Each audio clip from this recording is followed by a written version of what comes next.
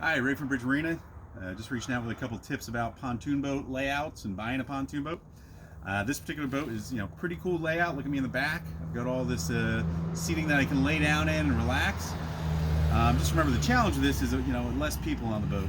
If I have these big lounge seats, so they're really cool, but I can only really put one person in these seats. So if you're thinking about buying a pontoon boat, think about the way the seats are laid out. You think about a little bit of the way the floor plan is.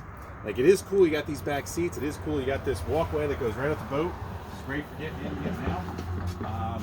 There's not too much furniture on the boat, so like I can get out on the port side, I can get out the stern, I can get out the bow. So when you're thinking about buying a pontoon boat or buying a boat, you really do have to get on the boat and think about, what am I using it for? So this boat would be great if I only had, 6, 8, 10 people at a time. But if I want to take big crowds, these really luxurious big, lounge seats in the back are cool, but I can't put a lot of people on the boat. I can only sit 2 people back here versus another pontoon. I might be able to put 6. So layouts do matter. Great layout, it just matters what you're using the boat for. So reach out to us if you have any questions. Glad to help you out with buying a boat or joining the boat club or whatever you need. Thank you.